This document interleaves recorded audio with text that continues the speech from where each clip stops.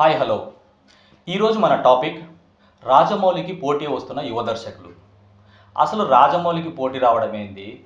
బేసిక్గా ఇదేంటంటే నేను ఒక 2-3 డేస్ బ్యాక్ అనుకుంటాను ఒక 2-3 సైట్లలో ఆర్టికల్ చదివాను. రాజమౌళి 400-500 కోట్లు పెట్టి సినిమా తీస్తాడు, 1000 కోట్లు వచ్చినా కూడా ఓవరాల్గా ప్రొడ్యూసర్కి మిగిలేది తక్కువ. ఇప్పుడు రీసెంట్గా వచ్చిన మిరాయ్ డైరెక్టరు కార్తిక్ ఘట్టమనేని 60 కోట్లలో సినిమా తీశాడు. కానీ దానికి ఇప్పుడు 100 కోట్లు వచ్చేసింది 5 రోజులకి. ఇంక పోంగ ఓజీ వచ్చేసరికి అది దాదాపు ఒక 200 crores వరకు కలెక్ట్ చేస్తుంది. అంటే ప్రొడ్యూసర్కి ఎక్కువ ప్రాఫిట్ వస్తుంది కదా. ఈయన 60 కోట్లలో తీసింది, ఆయన 500-600 కోట్లలో తీయడం ఏంది? గ్రాఫిక్స్ అయితే ఆయన తీసిన గ్రాఫిక్స్ బాగానే ఉంటుంది రాజమౌళిది. ఇప్పుడు కార్తిక్ ఘట్టమనేని తీసిన గ్రాఫిక్స్ కూడా చాలా బాగుంది కదా. ఇంత తక్కువలో కార్తిక్ తీసినప్పుడు ఆయన ఎందుకు 500-600 కోట్లలో తీయాల్సిన అవసరం ఏముంది అని. తర్వాత రీసెంట్గా Hanuman cinema Prashanth Varma cinema director. Hanuman కూడా 30 కోట్లలో తీశాడు. హనుమాన్ ఈయన 60 కోట్లలో తీశాడు, హనుమాన్ అయితే 30 కోట్లలో సినిమా తీశాడు. 30 కోట్లు తీసిన సినిమా దాదాపు అది ఒక 200 కోట్లు ఎంతో కలెక్ట్ చేసింది. ప్రొడ్యూసర్కి లాభమే వచ్చింది బాగానే, ఓకేనా. 30 కోట్లలో ఆయన కూడా చాలా మంచి గ్రాఫిక్స్ తీశాడు, ఓకేనా. సో బేసిక్గా ఇక్కడ ఏంటంటే ప్రశాంత్ వర్మని తీసుకుందాం ఫస్ట్.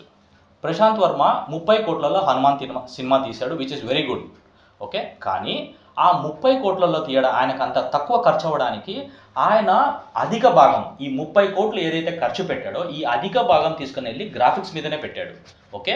స్టార్ కాస్ట్ ఏంటి హనుమాన్ సినిమాకి? ఓకే, తేజ సజ్జా, ఓకే. తర్వాత హీరోయిన్ నార్మల్ హీరోయిన్నే. స్టార్ కాస్ట్ మొత్తం దాదాపు నార్మల్ వాళ్ళే, పెద్ద స్టార్ కాస్ట్ ఏం లేదు, ఓకే. వరలక్ష్మి చేసింది, ఓకే. ఓవరాల్గా ఏంటంటే ఈ స్టార్ కాస్ట్ తక్కువ ఉండడం వల్ల వాళ్ళ రెమ్యునరేషన్స్ అంతా చాలా తక్కువగా ఉంటుంది. కాబట్టి ఆ రెమ్యునరేషన్స్ అంతా కలిపినా కూడా ఒక 10 కోట్ల వరకు కూడా కాదు నాకు తెలిసి, దాదాపు ఒక 10 కోట్ల వరకు అనుకుందాం. సో ప్రొడక్షన్ వాల్యూస్ అవన్నీ కలుపుకున్నా కూడా చాలా తక్కువ ఉంటుంది. సో ఇప్పుడు గ్రాఫిక్స్ మీద ఎక్కువ అమౌంట్ పెట్టి చేయడానికి అవకాశం ఉంటుంది, కాబట్టి గ్రాఫిక్ అవుట్పుట్ బాగా వచ్చింది. సో 30 కోట్లలో సినిమా తీసేశాడు. ప్లస్ ఇంకొకటి ఏంటంటే ప్రొడక్షన్ కాస్ట్ కూడా చాలా తక్కువ ఉంటుంది, ఎందుకంటే హీరోకి ఎక్కువ పెద్ద పెద్ద హోటల్స్ బుక్ చేయడము, లేకపోతే ఏమంటారు ఫారిన్ లొకేషన్స్ తీసుకోవడం, ఇవన్నీ ఏం లేవు అక్కడ, ఓకే. ఇప్పుడు రీసెంట్గా వచ్చిన మిరాయ్ తీసుకుంటే కూడా అదే పరిస్థితి. స్టార్ కాస్ట్ ఏంటి? మళ్ళీ తేజ సజ్జా హీరో, ఓకే. మంచు మనోజ్. ఎంత తీసుకున్నా ఏం చేసినా కూడా మొత్తం వీళ్ళకి ఇచ్చిన రెమ్యునరేషన్ అంతా చాలా తక్కువనే ఉంటుంది, ఓకే. ఎక్కువ భాగం అమౌంట్ తీసుకుని వెళ్ళి గ్రాఫిక్స్కి పెట్టారు, కాబట్టి గ్రాఫిక్స్ అవుట్పుట్ నిజంగా చాలా బాగా వచ్చింది. వీ షుడ్ అప్రిషియేట్ కార్తిక్ ఘట్టమనేనిని, వీ షుడ్ అప్రిషియేట్.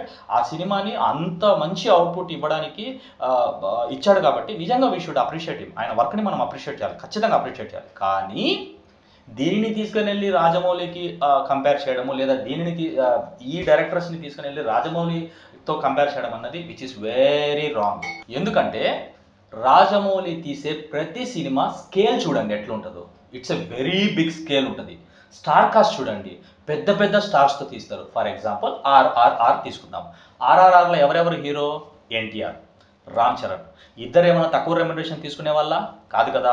ఒక్కొక్కరు దాదాపు మినిమం అనుకున్న 75 కోట్లు తీసుకుంటారు.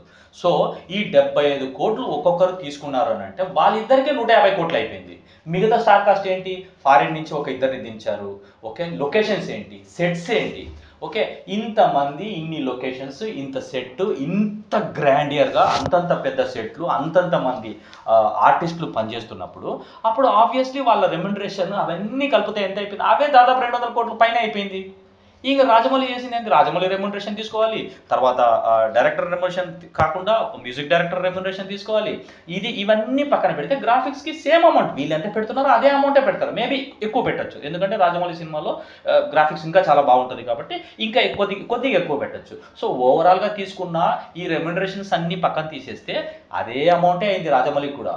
రాజమౌళి కూడా అదే అమౌంట్లోనే సినిమా తీశాడు, only because of the star cast, remunerations and వేరే ఏమంటారు లొకేషన్స్ కావచ్చు, లేదా సెట్స్ కావచ్చు. వీటి వల్ల బడ్జెట్ పెరుగుతుందే తప్పిస్తే వేరేది ఏం లేదు. ఆయన కూడా అదే రేంజ్లోనే సినిమా తీస్తున్నాడు. ఫర్ ఎగ్జాంపుల్ రాజమౌళి కూడా తేజ సజ్జానో, లేకపోతే సెకండ్ టైర్ హీరోస్, టైర్ అని అనొద్దులే కానీ నాని లాంటి హీరోస్ని పెట్టుకొని సినిమా తీసాడే అనుకుందాం. తక్కువ బడ్జెట్కే అవుతుంది, 100 కోట్లలోనే సినిమా తీసేస్తాడు. బికాస్ నాని రెమ్యునరేషన్ తక్కువే కాబట్టి తక్కువకే తీసేస్తాడు.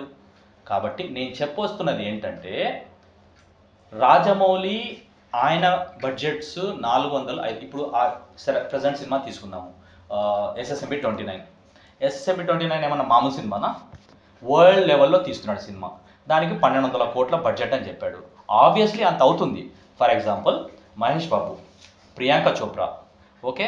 దాని తర్వాత స్టార్ కాస్ట్ చాలా గొప్పగా ఉంది. లొకేషన్స్ చూడండి కెన్యాలో, ఓకే. తర్వాత హాలీవుడ్ రేంజ్లో సినిమా తీస్తున్నారు. హాలీవుడ్ స్టార్స్ కూడా దీంట్లో ఉంటారు అని టాక్. తర్వాత రామోజీ ఫిలిం సిటీలో సెట్స్, కాశీ సెట్ ఏకంగా రామోజీ ఫిలిం సిటీలో వేసేసారట. సో నౌ ఇమాజిన్, ఈ సెట్లు వేయడానికి మహేష్ బాబు రెమ్యునరేషన్, ప్రియాంక చోప్రా ఆల్రెడీ హాలీవుడ్లో ఉంది, ఆమె రెమ్యునరేషన్ ఏమైనా తక్కువ ఉంటుందా? ఆమెది కూడా బీభత్సంగానే ఉంటుంది. సో ఆమె remuneration and other star cast remuneration, locations, తర్వాత సెట్స్, మ్యూజిక్ కంపోజింగ్, తర్వాత ఇవన్నీ కాకుండా బ్రాండింగ్, దీన్ని ఇవన్నీ పెడితే 1200 కోట్లు కాకుండా ఇంకెంత అవుతుంది?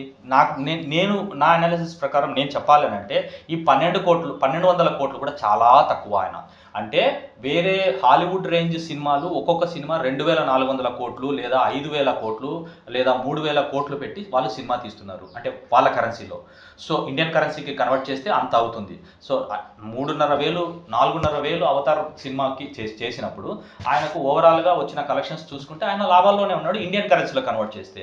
కాబట్టి రాజమౌళి ఆయన రేంజ్కి, ఆయన ప్యాన్ ఇండియా కాకుండా ప్యాన్ వరల్డ్ రేంజ్కి 1200 కోట్లు పెట్టి సినిమా తీస్తున్నాడు అంటే అది కూడా తక్కువే. ఎందుకంటే ఈ రెమ్యునరేషన్స్ ఇవన్నీ మైనస్ చేసి, లేకపోతే ఈ సెట్లు ఇవన్నీ మైనస్ చేస్తే వాళ్ళు పోస్ట్ ప్రొడక్షన్కి వాళ్ళు పెడుతున్న ఖర్చు ఏదైతే ఉందో అది తక్కువనే తీస్తున్నారు. వీళ్ళు ఇండియన్ సినిమా పరంగా కార్తిక్ ఘట్టమనేని కావచ్చు లేదా ప్రశాంత్ వర్మ కావచ్చు, ఇండియన్ సినిమా పరంగా తీసుకుంటే పాన్ ఇండియా సర్కిల్ వైజ్గా తీసుకుంటే వీళ్ళు 30 కోట్లు ఒకరు, 60 కోట్లు ఒకరు పెట్టి సినిమా తీశారు. కాబట్టి కోర్స్ వీళ్ళు చాలా తక్కువకి సినిమా తీశారు. Very good. ఇదే రాజమౌళిని తీసుకుంటే పాన్ వరల్డ్ పరంగా తీసుకుంటే 1200 కోట్లు పెట్టి సినిమా తీస్తున్నాడు అంటే ఆయన కూడా తక్కువలోనే SSMB 29 తీస్తున్నాడు అన్నట్టు. ఎందుకంటే అవతార్తోనో లేకపోతే వేరే హాలీవుడ్ సినిమాతో పోల్చుకుంటే వాళ్ళు పెట్టే ఖర్చు దాదాపు 3000-4000 కోట్లతో పోల్చుకుంటే 1200 కోట్లు 1200 కోట్లు అన్నది చాలా తక్కువతోనే ఆయన వరల్డ్ లెవెల్ సినిమా తీస్తున్నాడు. కాబట్టి తెలుగు ఇండస్ట్రీని వీళ్ళందరూ కలిపితే తెలుగు ఇండస్ట్రీ చాలా ఎగ్జైల్ అవుతుంది. అంటే it's going to the world Telugu industry అన్నది, ఓకే. నాట్ ఓన్లీ ఇండియాలో కాకుండా వరల్డ్ మొత్తం మన ఇండస్ట్రీ వైపుకు చూసే ఒక అద్భుతమైన ఏమంటారంటే సినిమాలు ఈ డైరెక్టర్స్ తీస్తున్నారు. We should appreciate them.